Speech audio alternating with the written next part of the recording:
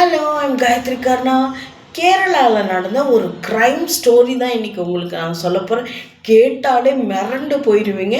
அந்த மாதிரி இருந்துச்சு அந்த க்ரைம். எப்படின்னு பார்த்தோன்னாக்கா, கேரளாவில் ஒரு கிராமத்தில், அழகான ஒரு கிராமத்தில் ஒரு ஹஸ்பண்ட் அண்ட் ஒய்ஃப் இருக்காங்க. அவங்க சோஷியல் மீடியாவில் ரொம்பவே சீரியஸாக இருக்காங்க. ஃபேஸ்புக்கு, இன்ஸ்டாகிராமு, யூடியூப்பு இந்த மாதிரி எப்போவுமே அவங்கள ட்ரெண்டிங்காக வச்சுட்டே இருக்காங்க. அப்படி இருக்கிறப்போ ஃபேஸ்புக்கில் அவங்களுக்கு ஒரு ஃப்ரெண்டு கிடைக்கிறாங்க. அவங்க ஒரு பெண். அவங்களும் இந்த ஃபேமிலி என்ன பண்ணுறாங்க, நல்ல ரிலேஷன்ஷிப்பில் பேசிகிட்ருக்காங்க. சமூக வலைதளங்களில் ரொம்ப பர்சனல் விஷயங்கள்லாம் பேசிக்கக்கூடிய அளவுக்கு அவங்க நெருங்கிய நண்பர்கள் ஆகுறாங்க பார்க்காமலே.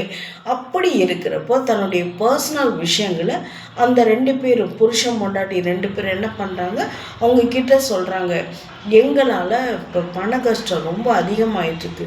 நாங்களும் எங்களுடைய பண கஷ்டம் என்னைக்காவது தீர்ந்துருன்னு நினைக்கிறோம். ஆனால் தீர்ற மாதிரியே தெரியல. எப்போ தான் எங்களுக்கு வழி பிறக்குமோ தெரியலை அப்படிங்கிற மாதிரி அந்த ஃபேஸ்புக் ஐடியில் இருக்கிற நபர்கிட்ட அவங்க சொல்கிறாங்க. அப்போ அவர் சொல்கிறாரு, எனக்கு தெரிஞ்ச கேரளாவில் ஒரு மாந்திரிகர் ஒருத்தர் இருக்கார். அவரை நான் அனுப்பி விடுறேன். அவர் பூஜையெல்லாம் பண்ணால் கண்டிப்பாக இதுலேருந்து நீங்கள் வெளில வர முடியும். நான் அப்படித்தான் வெளியில் வந்தேன் அப்படின்னு சொல்லிடுறாங்க. அவங்களுடைய பேச்சை நம்பி ஒருத்தரை அனுப்பி வைக்கிற ஆளை வீட்டுக்குள்ளே விடுறாங்க.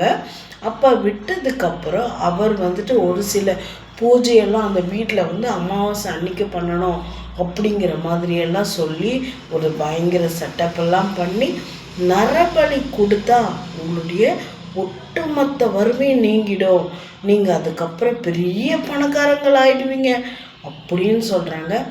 இதை நம்பின அந்த தம்பதி என்ன பண்ணுறாங்க, அதுக்கு ஒத்துக்கிறாங்க. ஆனால் நரபலி யாரை கொடுக்கறது அப்படிங்கிற கொஸ்டின் வர்றப்போ அந்த பூஜை பண்ணுற அந்த சாமியாரே நானே அரேஞ்ச் பண்ணுறேன் அப்படின்னு சொல்லிட்டு ஒரு லாட்டரி விற்கக்கூடிய ஒரு பெண்ணு, அதாவது அந்த பொண்ணுக்கு யாரும் பெருசாக பின்புலம் எதுவும் இல்லாத ஒரு பெண்ணை என்ன பண்ணுறாங்க, நரபலி கொடுக்குறாங்க. கட்டி போட்டு, கை கால் கட்டி போட்டு, அதுவும் அந்த பெண்ணை என்ன சொல்லி கூட்டிகிட்டு வராருன்னா, உன்னை சினிமாவில் நடிக்கிறதுக்கு நான் ஹெல்ப் பண்ணுறேன் அப்படின்னு சொல்லி கூட்டிகிட்டு நரபலி கொடுக்கறதுக்கு கை காலை கட்டி போட்டு கண்டந்துண்டமாக வெட்டி போடுறாங்க. வெட்டி போட்டு அந்த உறுப்புகளை வச்சு அவங்க பூஜையெல்லாம் பண்ணுறாங்க. இதோடு உங்கள் பிரச்சனையெல்லாம் முடிஞ்சிடும், நீங்கள் கவலைப்படாதீங்க அப்படின்னு சொல்லிடுறாங்க. ஆனால் நிறைய மாதங்கள் ஆகுது.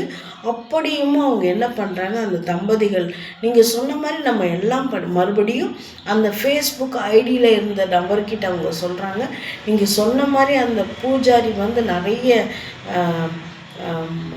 நரன் சடனெல்லாம் பண்ணாங்க. அப்படி இருந்தும் கூட எங்களுடைய வறுமை தீர மாட்டேங்குது, மறுபடியும் என்ன பண்ணலாம் அப்படின்னு சொல்லுங்கள் அப்படின்னு சொல்கிறாங்க. இல்லை, நான் அவர்கிட்ட பேசுகிறேன் அப்படின்னு சொல்லி மறுபடியும் அந்த மாந்திரிகன் மறுபடியும் இல்லை, இன்னொரு பூஜை பண்ணணும், அதுவும் நரபலி கொடுக்கணும் அப்படின்னு சொல்கிறாங்க. இப்போ யாரை கூப்பிட்டு வர்றதுன்னதுக்கு அதுக்கும் நானே அரேஞ்ச் பண்ணுறேன் அப்படின்னு சொல்லிட்டு இனியொரு பெண்ணையும் கூட்டிகிட்டு வர்றான். அதாவது அவங்களும் ஒரு லாட்டரி விற்கக்கூடிய பெண்ணாக இருக்காங்க. 2 பேருமே லாட்டரி விற்கக்கூடிய வறுமையை சமாளிக்கிறதுக்காக சிறு தொழில் பண்ணக்கூடிய பெண்களாக இருக்காங்க. பெருசாக பின்புலம் இல்லாதவங்களாக இருக்காங்க. நரபலி கொடுத்ததும் இல்லாமல் அந்த நரபலி கொடுத்த அந்த உடலை சமைச்சு அவங்கள சாப்பிடவும் வச்சுருக்காங்க. இந்த மாதிரியாக 2 டைம் பண்ணியிருக்காங்க. இதில் என்ன ட்விஸ்ட் அப்படின்னா, 2ஆவதாக கொல்லப்பட்ட அந்த பெண் இருக்காங்க இல்லையா, அவங்களுடைய பையன் என்ன பண்ணுறாரு, போலீஸில் ஒரு கம்ப்ளைண்ட் ஒன்று கொடுக்குறாரு. எங்கள் அம்மா காணாமல் போயிருக்காங்க. இறந்த ஒரு 2-3 நாளுக்கு அப்புறம் போலீஸில் கம்ப்ளைண்ட் ஆகுது, எங்கள் அம்மா காணாமல் போயிருக்காங்க அப்படின்னு சொல்லிட்டு. ஸோ போலீஸ் இன்வெஸ்டிகேஷனை தொடங்குறாங்க.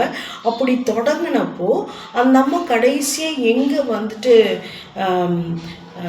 யார் கூட போயிருக்காங்க அப்படின்னு அவங்க ட்ரேஸ் பண்ணுறப்போ சிசிடிவி ஃபோட்டேஜில் ஒரு ஒயிட் கலர் காரில் ஏறி போயிருக்காங்க. அந்த ஒயிட் கலர் காரில் ஏறி போனதுக்கு அப்புறம்தான் அந்த மாந்திரிகனுடைய காரில் தான் அவங்க ஏறி போயிருக்காங்க அப்படிங்கிற விஷயத்த அடிப்படையாக கொண்டு அந்த கேஸை நகர்த்தி கொண்டு போகிறாங்க. அப்போ அவனை பிடிக்கவும் செஞ்சுறாங்க.